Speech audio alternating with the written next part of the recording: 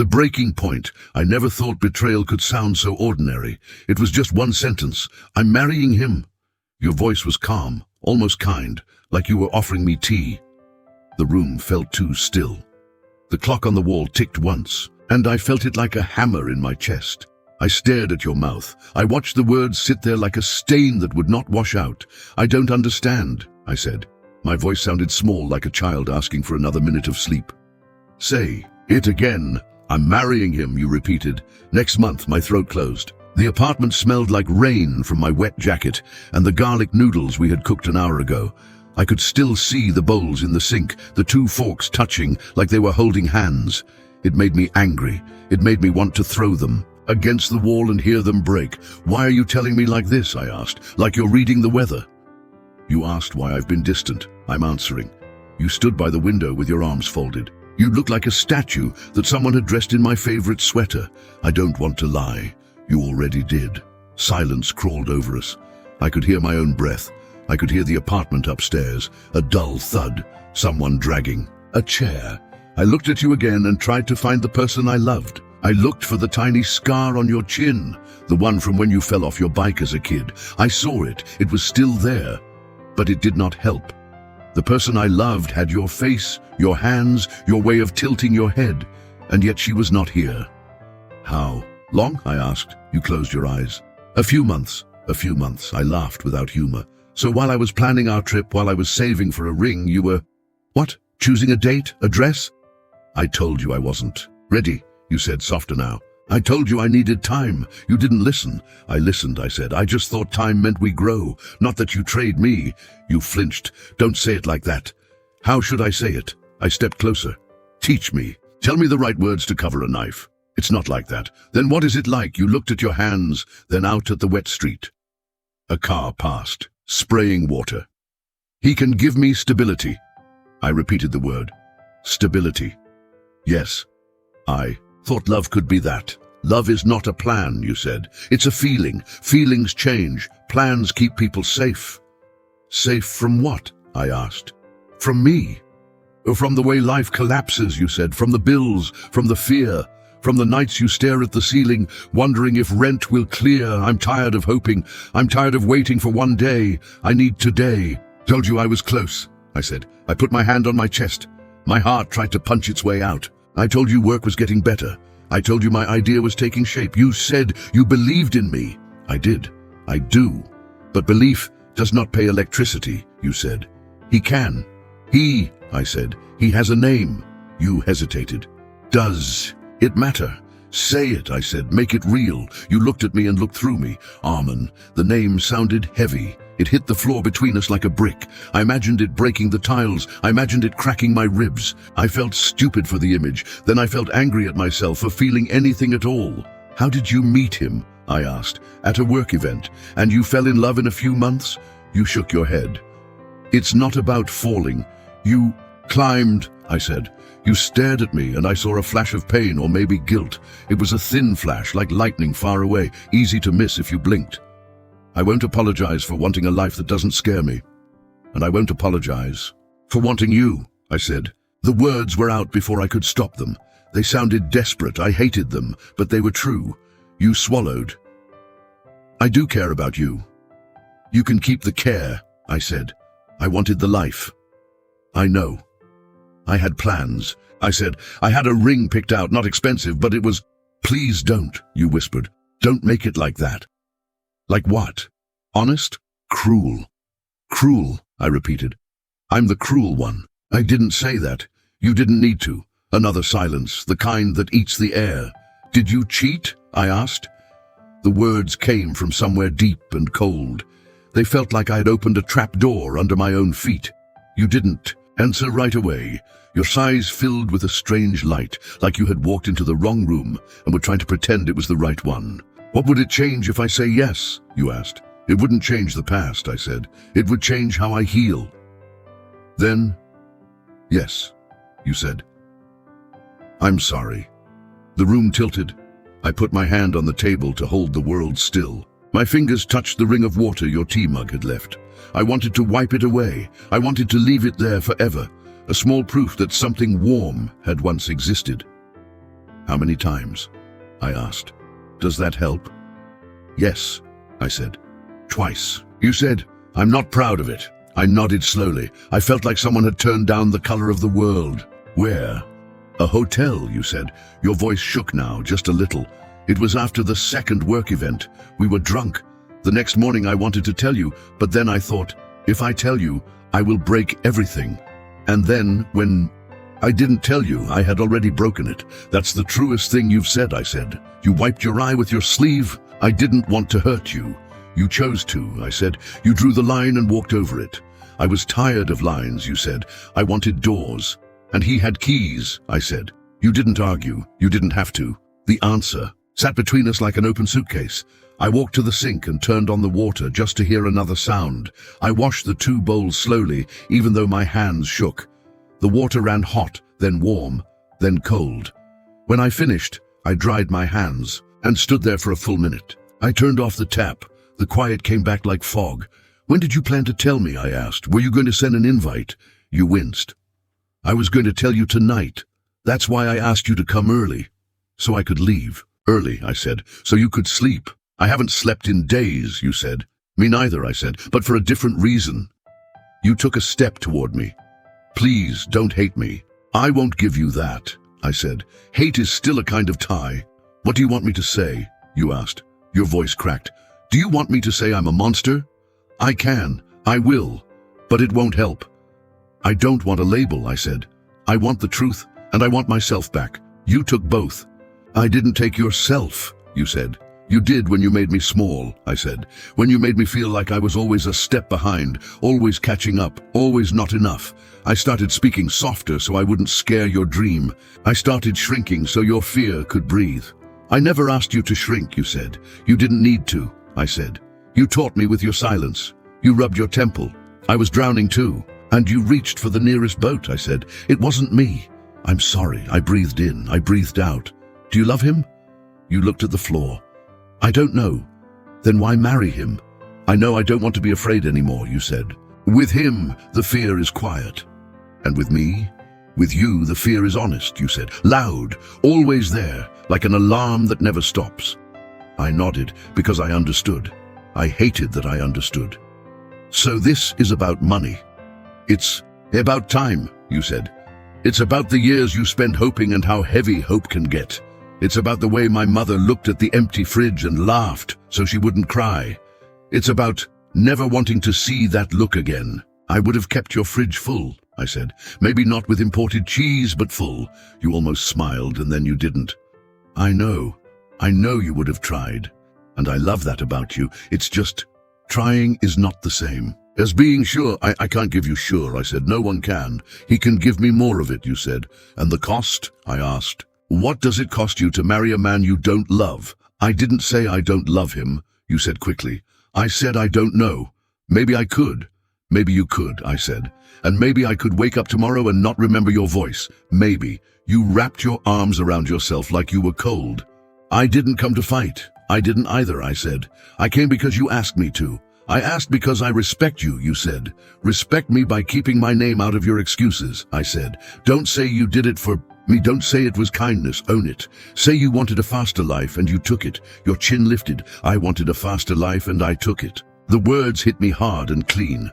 For a second I almost admired the honesty. Then the pain rose again, tall and dark, like a wave that keeps coming no matter how you brace. Give me my key, I said.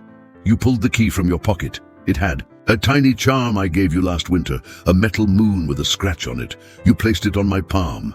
It felt heavier than it should. Keep the hoodie, I said. It's cold at night. I can't, you said. It smells like you. That's why, I said. You held it tighter. Okay. I walked to the door and then stopped. Do you want to tell me anything else? You closed your eyes. I didn't go looking for this. It just don't, I said. Things don't just happen. People do. You took a breath. I'm scared. Me too, I said. I turned the handle. It was slippery from the rain on my jacket. I wiped my hand on my jeans. Wait, you said. I turned back. What? You swallowed. You were never small to me. Then why did you make me feel small? I asked. I thought if I made you want to prove me wrong, you would move faster, you said. I thought pressure makes diamonds. It also crushes ribs, I said. I know, you whispered. I know. I opened the door again. Can we say goodbye, you asked. Properly. How? I said. There's no proper way to bury something alive. You nodded. Your eyes were wet now. Okay. I stepped into the hallway. The light was yellow and old. It buzzed softly. I stood there, not moving, and the memory of your first kiss on that staircase flashed over me like a warm shadow. I felt dizzy. I took one step, then two, then three. I heard the door click shut behind me. I told myself not to turn back. I told myself that was the last time I would hear that sound. Halfway down the stairs I stopped. My legs locked. I pressed my forehead to the cold wall. My chest hurt like it had been kicked. I didn't cry. Not yet. The tears were a storm far away, building, humming. My phone buzzed. A message from you. 3 words. I am sorry. I stared at the screen until the letters blurred. I typed, me too, then deleted it. I typed, don't be, then deleted that too. I typed nothing and put the phone away. Silence felt cleaner. Outside, the rain hit my face like needles. It tasted like metal.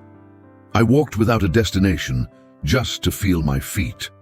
I passed the bakery where you liked the cinnamon rolls and the park where we watched dogs we could not afford. Every place felt like it was looking at me with your eyes. When I reached the river, I leaned against the railing and tried to breathe. The water moved in slow, dark sheets. I remembered the first time you told me you were scared of deep water. You said it looked like a secret that could swallow you. I said I would learn to swim better just in case. We laughed. We were so sure then that kindness could fix anything. My phone buzzed again. Another message from you. You were good to me. I typed, then why wasn't I enough?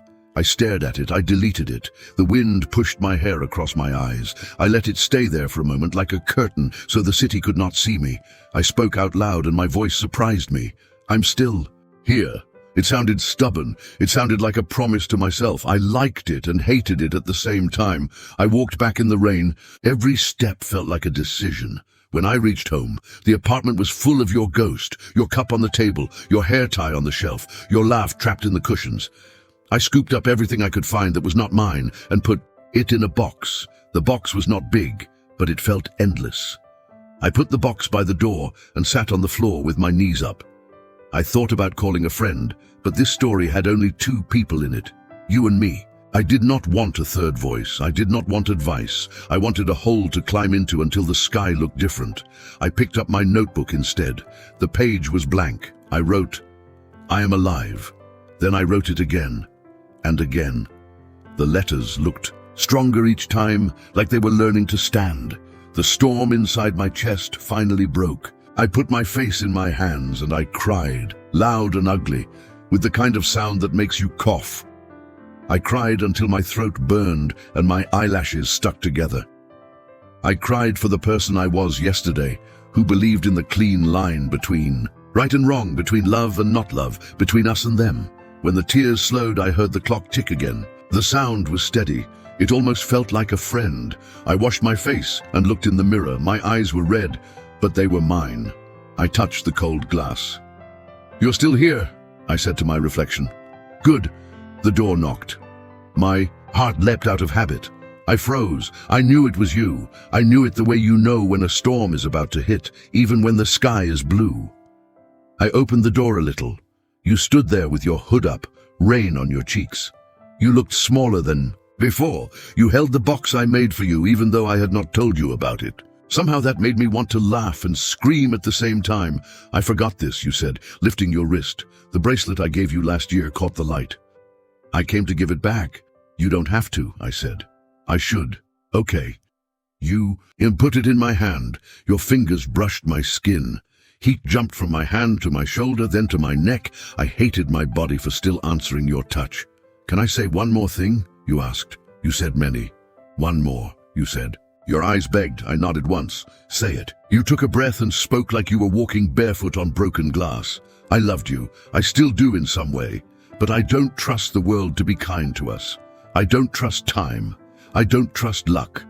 I chose a place where the floor is not moving, I know that makes me a coward. I'm not asking you to forgive me. I'm asking you to believe I'm human. I held the bracelet between two fingers. It felt light, almost fake. You are human, I said. That's the problem. Humans break things when they're scared. I know. And I'm human too, I said. I break, but I also build. I don't know which one I'll do tomorrow. Whatever you build will be beautiful, you said. You smiled for the first time that night, a small, tired smile. You always made broken things look whole. Not this time, I said. Not this time, you agreed. We stood there for a long second that felt like a year. The hallway light buzzed. A drop of water fell from your hood to the floor with a soft, punctual sound. I stepped back. Goodbye, I said. Goodbye, you said. I closed the door. I leaned my forehead against it. I listened to your footsteps fade. I waited for the elevator to ding. It didn't. You took the stairs. For some reason, that hurt more. I walked to the table and put the bracelet down next to the key you had given. Back, the two small things looked like they were talking. I turned away. I could not watch them. I lay down on the floor and stared at the ceiling. I traced the tiny cracks with my eyes. They looked like rivers on a map. I imagined myself a boat, moving along them. I imagined myself not sinking. My phone buzzed on the table. I didn't look. It buzzed again, then again. I sat up and walked to it. 3 messages from you, stacked one after another like thin blades. Thank you for hearing me. I hope you find peace. Please don't hate me. My thumb hovered over the keyboard.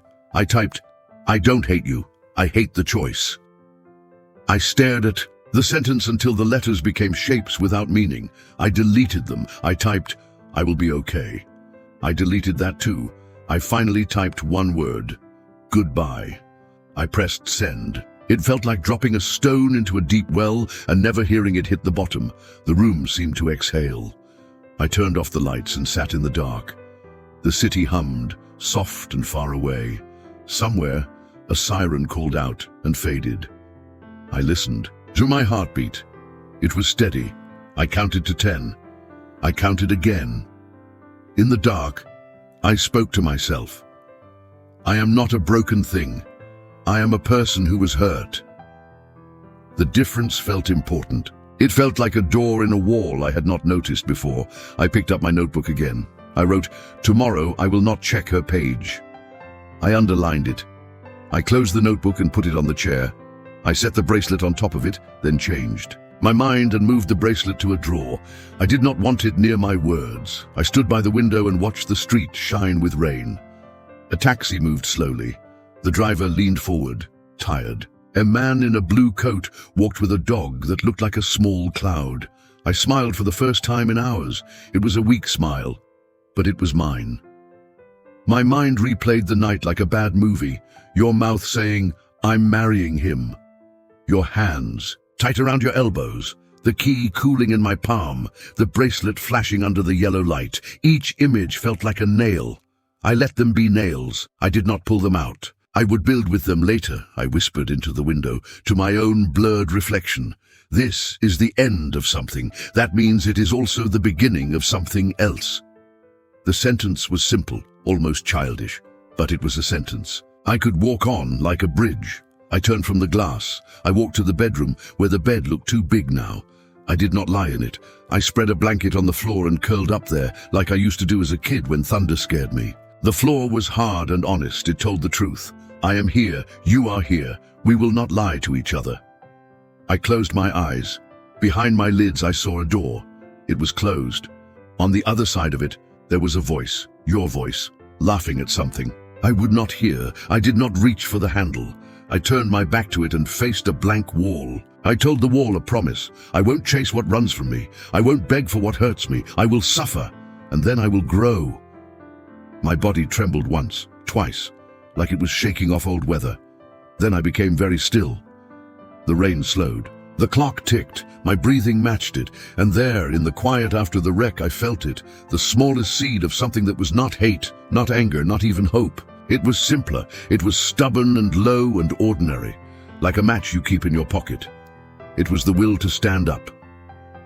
I pressed my hand to the floor, felt its solid weight, and whispered to the dark, to myself, to the version of me that would Wake in the morning with swollen eyes and a raw throat. I'm still here.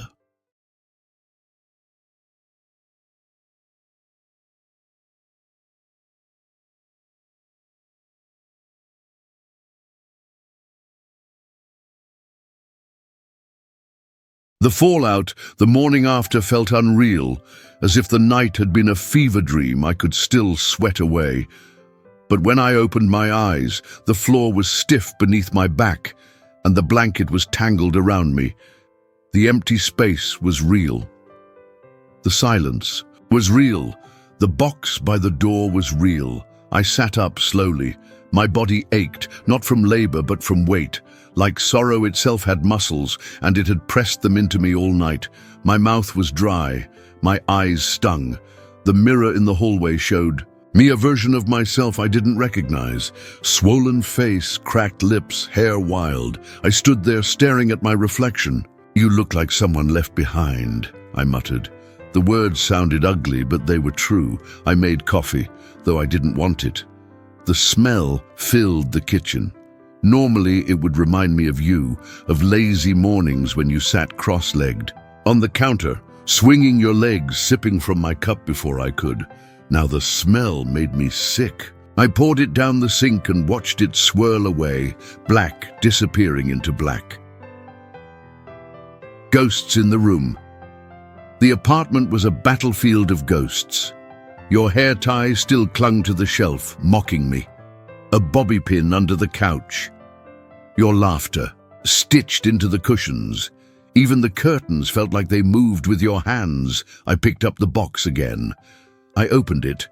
Inside was your scarf, your earrings, the notebook where you had written recipes. I touched the scarf, and memory hit me.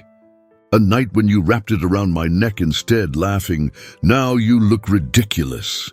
I smiled at the memory, then felt the smile break in half. I closed the box hard and shoved it against the wall. "You don't live here anymore," I told it. My voice cracked, but your absence was louder than your presence had ever been. The weight of days. The days blurred. Work emails piled up. I left them unopened. Friends called. I silenced the phone. My body was alive, but my spirit dragged behind it like a broken limb. I went to the park one evening, just to breathe. The benches were wet with rain. I sat anyway. Couples walked by holding hands. My eyes caught on them like hooks. I wanted to scream at them, "Do you know it can all fall apart in one sentence?" Instead, I sat still. I watched the fountain spray water into the air. Each drop rose high, shining, then fell back down. I felt like that, lifted once, now falling. The war in my mind at night. My mind played cruel games. Memories versus reality. Memory. Your head on my chest, whispering, "I don't want anyone else." Reality. Your lips saying, "I'm marrying him." Memory, our plans to travel, you circling places on a map. Reality, your suitcase packed for another man's future. The two voices fought in my head until I felt dizzy. I punched the pillow, shouted into the dark, which one was true? But the walls never answered. Breaking point of grief. One night, I pulled out my notebook again. I stared at the blank page for an hour. Finally, I wrote, "She chose him. She didn't choose me." I underlined it. I wrote it again. The ink dug into the paper until the nib tore it. My hand shook. Then I flipped the page and wrote, "But I am still here." The words stared back at me. They felt stubborn. They felt like a candle in a cave. The mirror moment. The next morning, I forced myself to shave. I looked in the mirror while the blade scraped across my skin. I whispered, "If she can choose, so can I." That was the first day I went back to work. My colleagues looked at me with cautious eyes, as if they could smell the grief on me. I smiled thinly and said, "I'm fine." The lie sat on my tongue like lead, but I kept saying it until it felt less foreign. At lunch, I opened my sketchpad. Ideas came in bursts, apps, designs, notes. My brain, desperate for something to hold, poured into the pages. It didn't heal me, but it gave me direction. Letters I never sent at night. I wrote letters to you. I never sent them. One said, I hope you choke on the silence when he forgets to ask how your day was. Another said, I forgive you, but I don't forgive the way you made me doubt myself. Another said, I will not chase you. I will build something you can never reach. I tore each letter into pieces and flushed them. Watching the paper vanish felt like shedding skin. Small steps toward resolve. The grief didn't leave. It transformed. It became a shadow that followed me. But I started to move. I jogged in the mornings, even when my legs screamed. I ate proper meals, even when I had no appetite. I cleaned the apartment one corner at a time. Each action felt like a tiny rebellion against the weight you left me with. One evening, I stood by the river again. The same spot where I had once whispered, I'm still here. I looked at the dark water and repeated it louder. I'm still here. My voice echoed against the bridge. A man walking his dog turned to look at me. I didn't care. Decision. That night, I sat at my desk. The bracelet you returned lay in the drawer. I took it out, held it, and then placed it gently into the box with the rest of your things. I sealed the box with tape. I won't open this again, I said. I sat down with my notebook and wrote one final line across the page. I will not chase her. I will rebuild myself. The words looked sharp and strong. For the first time in weeks, my chest loosened. Just as I put the notebook aside, my phone buzzed. A message flashed on the screen. It was from you. 3 words. Do you miss me?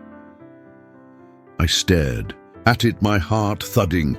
The storm I thought I had calmed rose again, but this time I didn't answer. I closed the phone, closed my eyes, and whispered to myself, this is my turning point. The shift, the days that once crawled began to run. At first I only wanted to survive them, but slowly I started to shape them. I threw myself into work. The office that once felt like a cage now became a forge. I arrived early, stayed late, and poured myself into designs and sketches until my fingertips ached from the pen. My boss noticed. You're different, he said one morning, peering over my shoulder. Focused. I have to be, I replied. He nodded, maybe sensing the storm inside me. Those small wins, the first sign of change, came quietly. My design mock-ups were chosen for a client presentation. Normally, I would have smiled politely and stepped back, letting someone else present. But this time, I volunteered. Standing in that room, pointer in hand, I felt your ghost behind me, your voice saying I was too quiet, too unsure, too late. I inhaled deeply. My words came out steady. I explained. My choices, defended my decisions, and for once, no one cut me off. When the client shook my hand after, he said, You're sharp. I like the way you see things. That night I sat on my couch, staring at the ceiling. My chest didn't ache with grief. It pulsed with something new, confidence, small, fragile, but alive. The first crack in her world. It was a week later when I heard about you. A colleague mentioned it casually at lunch. Did you hear about Armand's company? Trouble with the investors. Something about numbers not adding up. I froze with my spoon halfway to my mouth. What kind of trouble? Nothing confirmed, she said, but people are whispering. Bad press could be coming. I tried to act uninterested, but inside my heart raced. The image of your perfect new life flickered. For the first time, I wondered if it was cracking. That night, I checked your profile. I had promised myself not to, but temptation won. The photos were still there. Smiling dinners, weekend getaways, but the captions were shorter. No hearts, no glittering words, just plain lines. And in your eyes, behind the practiced smile, I saw something I recognized. Strain. Building my own. Meanwhile, my world kept shifting upward.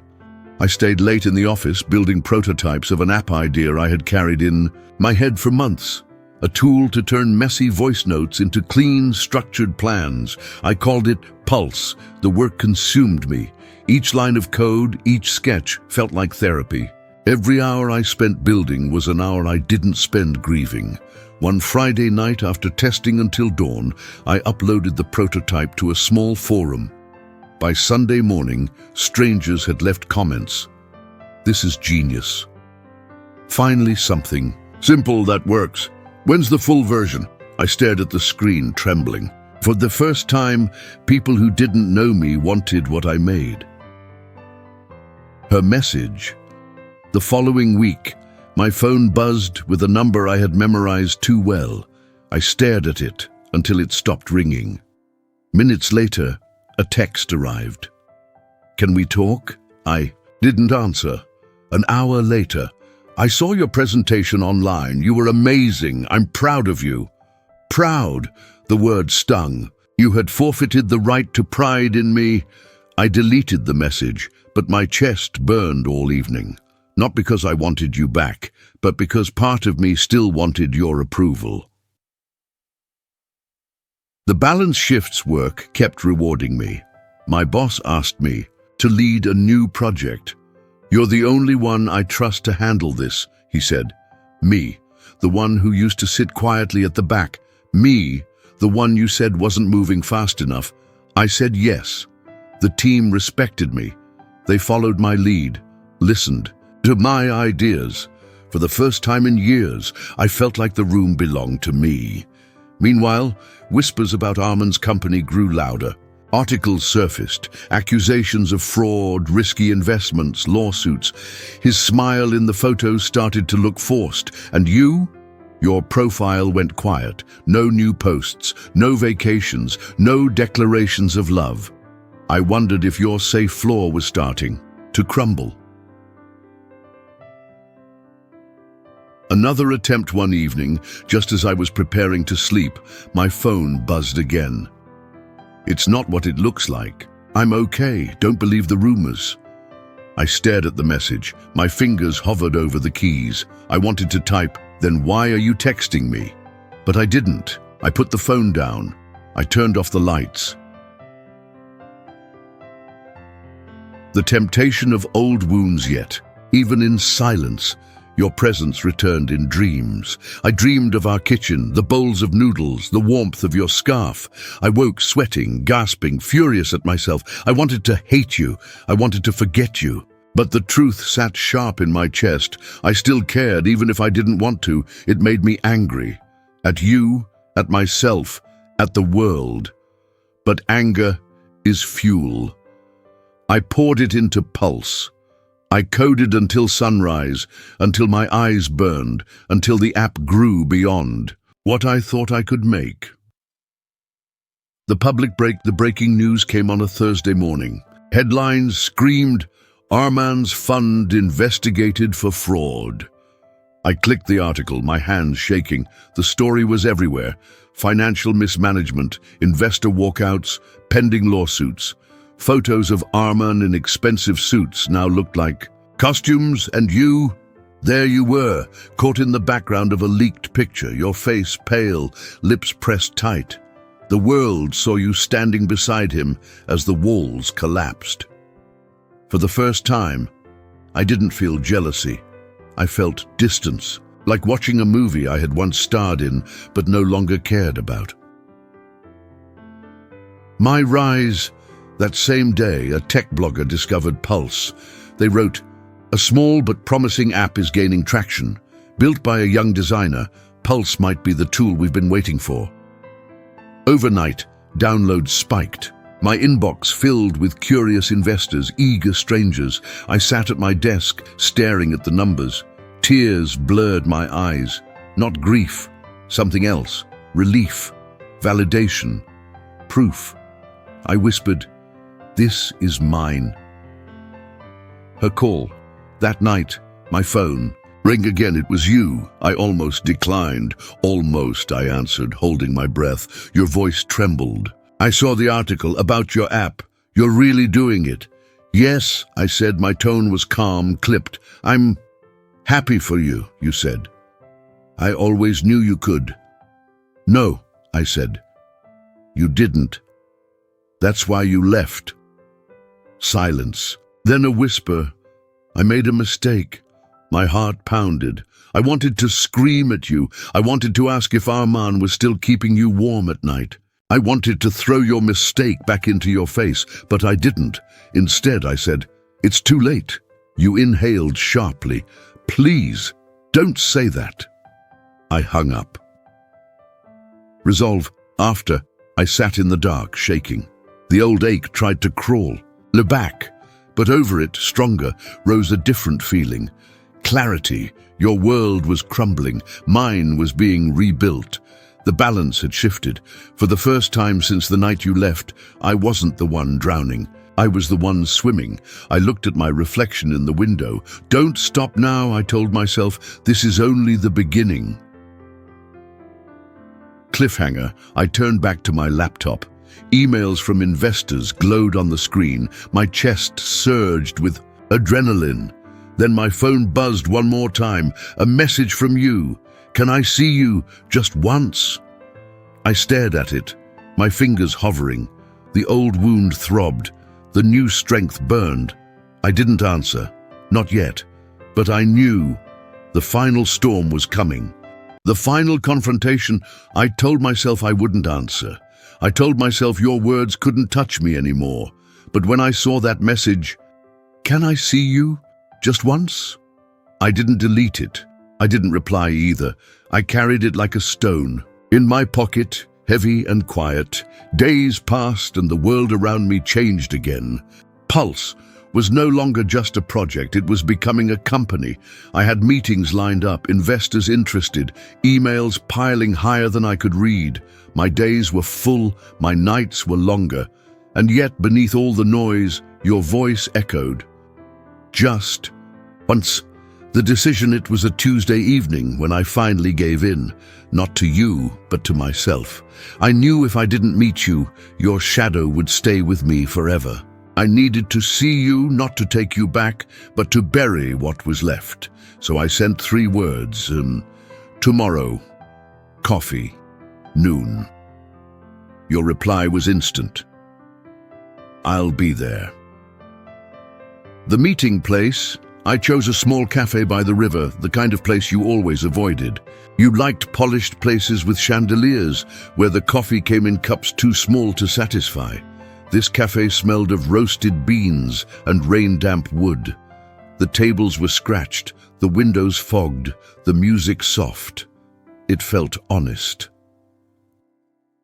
I arrived early. My hands shook as I stirred sugar into my cup, even though I didn't want it sweet. My chest thudded not with longing but with nerves. This was the battlefield. The door opened and there you were. Seeing her again, you looked different. Not in your face. That was still familiar, carved deep into me. But in your eyes. They had lost their shine, replaced with shadows.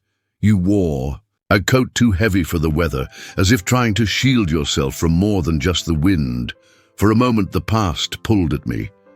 I remembered your laughter, your warmth, the way you used to walk into a room like you belonged to it. Now, you walked like you were borrowing space. "Hi," you said softly, almost afraid. I nodded. "Sit." The first words you sat across from me. Your hands trembled slightly as you wrapped them around the coffee cup the barista placed down. For a long moment, we just looked at each other. Finally, you spoke. "You look different. Better. Or worse?" I asked. You gave a small smile. "Stronger." I leaned back. "That's because I had no choice." Regret unfolds. You lowered your gaze. I think about it every day, about what I did, about how I left, about you. I stayed silent. "I thought I was saving myself," you said, "but I wasn't. I was just running, and now everything I thought was safe is falling apart." Your voice cracked. "And all I can think is, I had safety all along. I had you." My throat tightened, but I forced my voice to stay steady. "Then why wasn't I enough?" Tears filled your eyes. I was afraid. Afraid of the future. Afraid of struggle. Afraid of being poor and forgotten. You were a dreamer. He was a promise. I chose the promise, and it was the worst mistake of my life. The plea you reached across the table, your hand trembling. I want to make it right. I know I don't deserve it, but could we try again? Please, I miss you. I miss us. I looked at your hand, so close to mine. Once, I would have grabbed it instantly, desperate for your touch. Now it looked like a test. I shook my head slowly. No, you froze. No, no, I repeated, firmer. You don't get to leave me for someone else and then come back when the ground shakes under your feet. I'm not a shelter you run to when the storm hits. The clash your lips trembled. I know I hurt you, but I still love you. I exhaled, sharply. Love? If you loved me, you wouldn't have walked away. You wouldn't have looked me in the eyes and chosen him. Love doesn't vanish when the rent is late. Love doesn't break when the world wobbles. Love stays. You covered your face with your hands. I was wrong. Yes, you were, I said. But that doesn't mean I have to fix it for you. My turn eye leaned forward, my voice low. Do you know what you gave me when you left? You blinked at me, tears streaming. You gave me grief, yes. You gave me nights on the floor, days where I thought I'd never stand again. But you also gave me something else. You gave me fire. You gave me the reason to prove to myself that I am more than the way you left me. And now, I am. You whispered. I see that. I don't need revenge, I said. I don't need you to suffer. Life has already handled that. What I need is peace, and I can't have peace if I let you back in. The goodbye. You sobbed quietly, the sound small and raw. So this is it? After everything, this is goodbye? I looked at you, really looked, and for the first time I saw not the person I loved, but the person who broke me, and I felt nothing but a tired kind of pity. Yes, I said softly. Goodbye. You tried to smile through the tears. You'll always be the best thing I lost, and you'll always be the lesson I learned, I replied. Walking away, I stood, put money on the table for both our coffees, and stepped toward the door. The cold air hit my face as I walked out, sharper than any blade, but cleaner too.